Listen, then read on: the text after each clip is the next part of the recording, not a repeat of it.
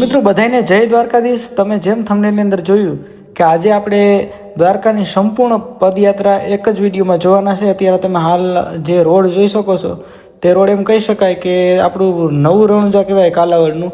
હાલ આપણે એ રોડ ઉપર છે ને એ રોડ ઉપર તમે જોઈ શકો છો દ્વારકા પદયાત્રીઓ છે એ બહુ મોટી માત્રામાં ચાલીને જઈ રહ્યા છે। અને એમ કહી શકાય કે નવી રણુજાથી લઈ અને દ્વારકા સુધીની સંપૂર્ણ પદયાત્રાનો રોડનો માહોલ કેવો છે એ સંપૂર્ણ વિડીયો મારે તમને આ વિડીયોની અંદર બતાવો છે, તો જોડાયેલા રહેજો। ખરેખર બહુ મજા આવવાની છે। કોમેન્ટમાં જય દ્વારકાધીશ લખી નાખજો ને આપણો વિડીયો યુટ્યુબ ઉપરથી જોતા હોય તો આપણી મહેશ કાઠી વ્લોગની ચેનલને સબસ્ક્રાઈબ કરી દેજો અને ફેસબુક ઉપર જોતા હોય તો આપણા પેજને ફોલો કરી દેજો, જેથી કરીને આવા સરસ મજાના ધાર્મિક વિડીયો તમને ત્યાં મળતા રહે। તો ચાલો સરસ મજાના વિડીયોની શરૂઆત કરીએ।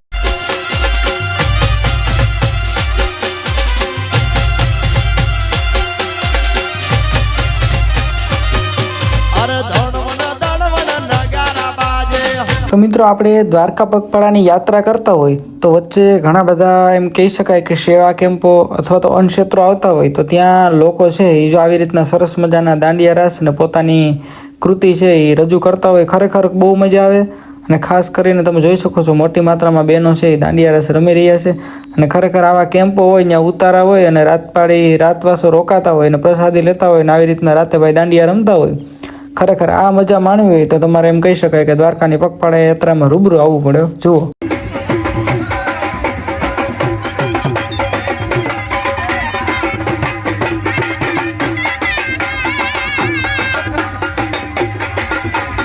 તો હાલ મિત્રો આપણે એમ કહી શકાય કે ખંભાળિયા દ્વારકાનો જે મેઇન હાઈવે છે એની ઉપર છે ને એટલી બધી ટ્રાફિક છે પદયાત્રીઓની કે તમે જોઈ શકો છો હાઈવેની ઉપર બહુ મોટી માત્રામાં ટ્રાફિક પણ થઈ ચૂકી છે।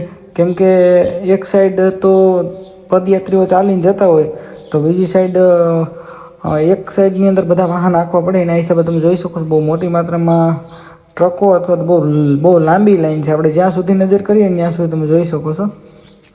અહીંથી જ આપણને ખબર પડી જાય કે આનો માહોલ કેવો હશે ને જે લોકો આવ્યા હશે એને તો ખબર જ છે, પણ જે લોકો નથી આવ્યા એના માટે થઈને વિડીયો સ્પેશિયલ કે ભાઈ દ્વારકાની પગયાત્રામાં લગભગ આ લાઈન છે ને લગભગ 2 થી 2.5 કિલોમીટર સુધી ટ્રાફિકની હતી। તમે જોઈ શકો છો આખી એક સાઈડ પેક છે એમ કહી શકાય કે પદયાત્રીઓ એક સાઈડ ને એક સાઈડ એટલી બધી ટ્રાફિક।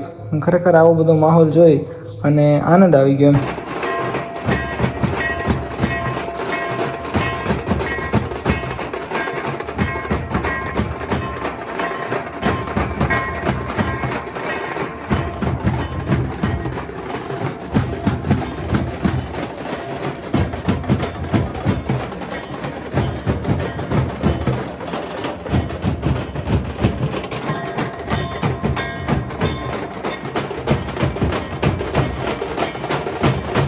તો જેમ જેમ મિત્રો આપણે દ્વારકા તરફ પ્રસ્થાન કરતા જઈએ તેમ તેમ તમે જોઈ શકો છો જે શ્રદ્ધાળુઓની એમ કહી શકાય કે ટ્રાફિક છે એ વધવામાં જ છે। કેમ કે અત્યારે આ જે વિભાગ છે ખંભાળિયાનો ત્યાં સૌથી વધારે ટ્રાફિક આ ટાઈમમાં જ હોય તમે જોઈ શકો છો। લગભગ મોટી માત્રામાં યાત્રાળુઓ છે એ લગભગ સવારના વહેલા ઉઠી અને 3-4 વાગ્યાના કેમ્પેથી ચાલતા થઈ જતા હોય છે તમે જોઈ શકો છો। તમે જ્યાં નજર કરશો ત્યાં માત્ર નાના મોટા કેમ્પ અને ટ્રાફિક છે એ એટલી મોટી માત્રામાં છે તમે જોઈ શકો છો। ખરેખર આવા દ્રશ્યો એમ કહી શકાય કે દ્વારકાની પદયાત્રા સિવાય બીજે ક્યાંય જોવા ન મળે કદાચ આપણને એવું લાગે।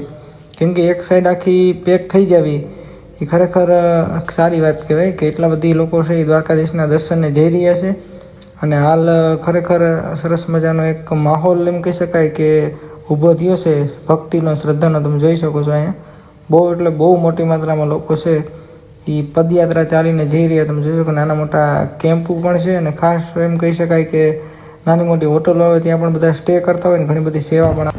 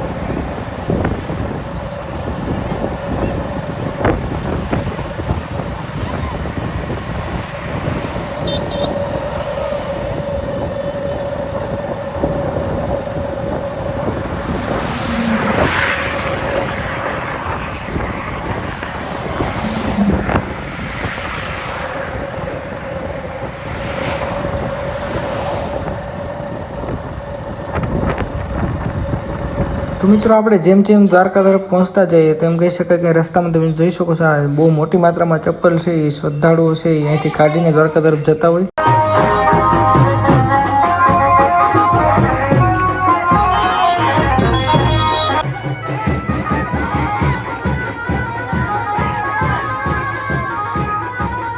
તો મિત્રો હાલ એમ કહી શકાય કે સરસ મજાની દ્વારકાની પગયાત્રા ચાલી રહી છે. તો શ્રદ્ધાળુઓ અનેક રીતે પોતાની રીતે અલગ અલગ રીતે ચાલીને જતા હોય, કોઈ કઈ પણ રીતે જતા હોય. પણ મેં તમે ઇન્સ્ટાગ્રામની અંદર સ્ક્રોલ કરતા તમને ઘણી બધી વખત આ સાકરવાળા ભાઈ તમે જોયા હશે. પણ અમે ભાઈને મળવું હતું મારે, પણ અમને એમ હતું કે ભાઈ અમારાથી આગળ નીકળી ગયા. પણ હાલ અમે એમ કહી શકાય કે અહીંયા આપણે રિલાયન્સનો કેમ છે ત્યાં ભાઈ અમને ભેગા થઈ ગયા છે. તો થોડુંક એની પાસેથી આપણે જાણીએ કે સાકરનો શું છે, સાકર લઈને કેમ જાય છે એને જાણીએ. કેમ છો? જય દ્વારકાધીશ. જય દ્વારકાધીશ. મજામાં ભાઈ? મજામાં. આપણે ક્યાંથી આવવાનું? આપણે જામનગરથી. વાહ ભાઈ વાહ. અને અમે તમારી ઇન્સ્ટાગ્રામમાં રીલું જોઈ હતી, બરાબર? હા હા. તો જોઈને અમને થયું કે ભાઈ આટલી બધી સાકર બાંધીને દ્વારકાધીશને ચરણે જવાના શું કારણ? આની પાછળનું રહસ્ય શું છે જરા કહો. અને માનતા હતી મારે. વાહ ભાઈ વાહ. હા, હું દારૂ પીતો ને પછી એને દારૂ છોડાવી દીધો દ્વારકાધીશની માનતા કરી પછી. એટલે પછી આ માનતા પૂરી કરવા જઈએ. એટલે તમે દારૂ પીતા ને તમે એવી માનતા કરી કે હું હાકડ બાંધી આ હાકડ બાંધીને દ્વારકા જઈશ પગપાળ. એટલે કેટલાક દિવસ થયા ઘરેથી નીકળ્યા? મારે આજ પહેલો દિવસ છે, સવારના નીકળ્યા અમે. સવારથી નીકળ્યા એમ? કેટલાક જણા છે? આ બધા સાથે? 8 જણા. આ બધા સાથે જ છે. 8 જણાનો છે. હા. અને આવું કઈ નક્કી છે કે એટલા કિલો વજન છે કે 20 કિલો ને 140 ગ્રામ છે. 20 કિલો નથી? હા હા ભાઈ. એટલે એમ કહી શકાય કે અત્યારે આપણે હાલીને એમને જવું હોય તો અઘરું પડે થોડું. હા, અઘરું પડે. 20 કિલોનો વજન છે. હા હા. પણ કહેવાય કે દ્વારકા વાળો બધાયને હારે ભેગો છે. હોય તો પછી કઈ મુમકિન નથી. ખૂબ સારું કે કાર્ય કરતા રહ્યો દ્વારકા વાળો તમને એમ તેમ બુગાડી દે. બોલો જય દ્વારકાધીશ. જય દ્વારકાધીશ.